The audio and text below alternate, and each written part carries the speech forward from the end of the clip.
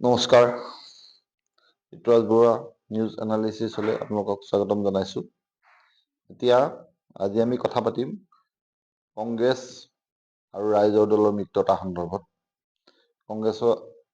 কংগ্ৰেছে কালি ইয়াৰ প্ৰাৰ্থী তালিকা প্ৰকাশ কৰিলে আৰু তাৰ লগে লগে কম্পিটিশ্যন মাৰি পেলাই অখিল গগৈ নেতৃত্বাধীন ৰাইজৰ দলেও আজি প্ৰাৰ্থী তালিকা ঘোষণা কৰি দিলে 12জনীয়া নে 11জনীয়া। কথাটো হ'ল এতিয়া এনেকে দুইটা পাৰ্টিয়ে কম্পিটিশ্যনটো মাৰি দিছে। প্ৰাৰ্থী তালিকা ঘোষণা কৰাত নিজৰ নিজৰ কোন সমষ্টিত খেলিব সেইটো আগে নিৰ্ধাৰণ কৰি লোৱা নাই। এইটো যেন নিৰ্বাচনৰ আগত তেওঁলোকৰ মিত্ৰতা প্ৰায় নহয়গেই, তেনেকুৱা নিচিনা এটা প্ৰতিফলিত হৈছে।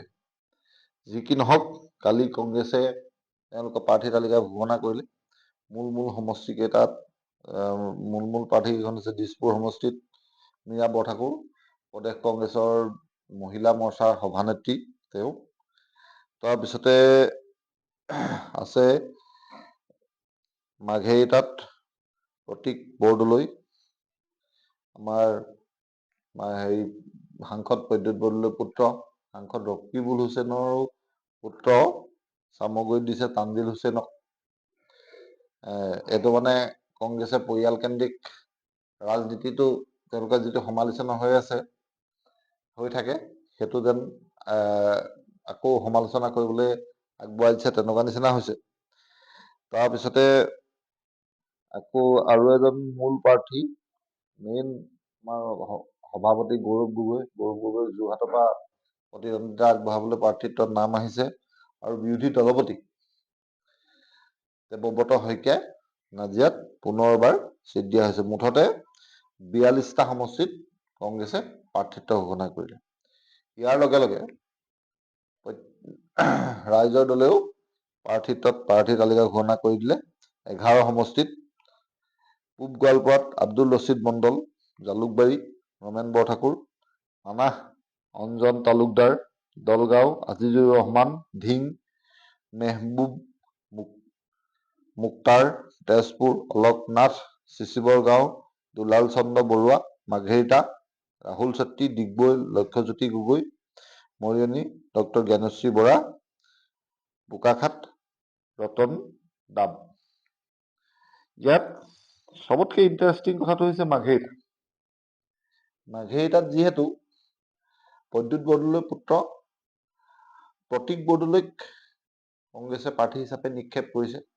কে.চি. বেণুগোপালৰ যি কালি প্ৰকাশিত নটিফিকেশ্যনত কংগ্ৰেছৰ AICC তাত প্ৰতীক বৰদলৈৰ নাম মাঘেৰিটা সমষ্টিত আছে।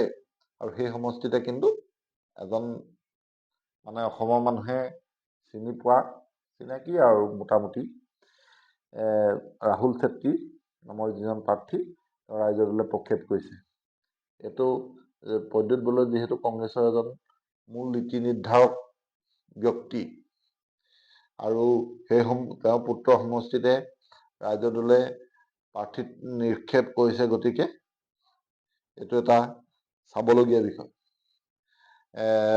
ডাইৰেক্ট বৰ্তমানলৈকে ৰাইজৰ দল আৰু কংগ্ৰেছৰ মাজত কথা কটাকটি হৈয়ে আছিলে সংবাদ মাধ্যমত, কিন্তু আমি আন এটা বিৰোধী দল অসম জাতীয় পৰিষদক সংবাদ মাধ্যমৰ আগত এনেকে মুকলিকে কথা কটাকটি হোৱা আমি দেখা নাই।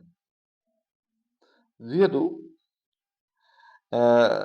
কংগ্ৰেছে ভিতৰুৱাকে জাতীয় পৰিষদৰ লগত আলোচনা কৰিছে নে নাই কৰা সেইটো জনাটো কঠিন, কিন্তু ভিতৰুৱাতে এই সংবাদ মাধ্যমত ওলাই থকা মতে তেওঁলোকৰ লগত কেইটামান সমষ্টি নিৰ্ধাৰিত হৈ গৈছে, কিন্তু বৰ্তমানলৈকে সেইবোৰ ঘোষণা কৰিবলৈ বাকী আছে।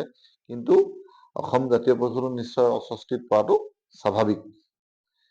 এনেকে যদি বিৰোধী এনেও এইবাৰ বিধানসভা নিৰ্বাচনৰ কাৰণে বিৰোধী মানুহেতো কোৱা মতে চান্স নাই শাসনলৈ অহা। যিটো নিৰ্বাচনটো খেলিলে জিকিম বুলি কবই লাগিব, একেলগে খেলিলেই বহুত কঠিন আছে, কিন্তু যদি ভাগে ভাগে খেলে তেতিয়াহ'লে বিজেপিক একলেখীয়া ৱাক অভাৰ দি দিয়া নিচিনাই হ'ব। যি কি নহওক এইবোৰ বহুত ওপৰৰ কথা। এতিয়া বিজেপিক পৰাস্ত কৰিবলৈ হলে বা মানে বিজেপিৰ বিচাৰধাৰাটোক পৰাস্ত কৰিবলৈ হলে বিৰোধী শক্তি এক হোৱাটো আৱশ্যক হয় নে নহয়? আপোনালোকে কি বুলি ভাবে? এনেদৰে হলে বিৰোধী এক হবগে পাৰিবনে? আপোনালোকৰ মতামত নিশ্চয় জনাব পাৰিব মোৰ কমেণ্ট ছেকশ্যনত। ধন্যবাদ।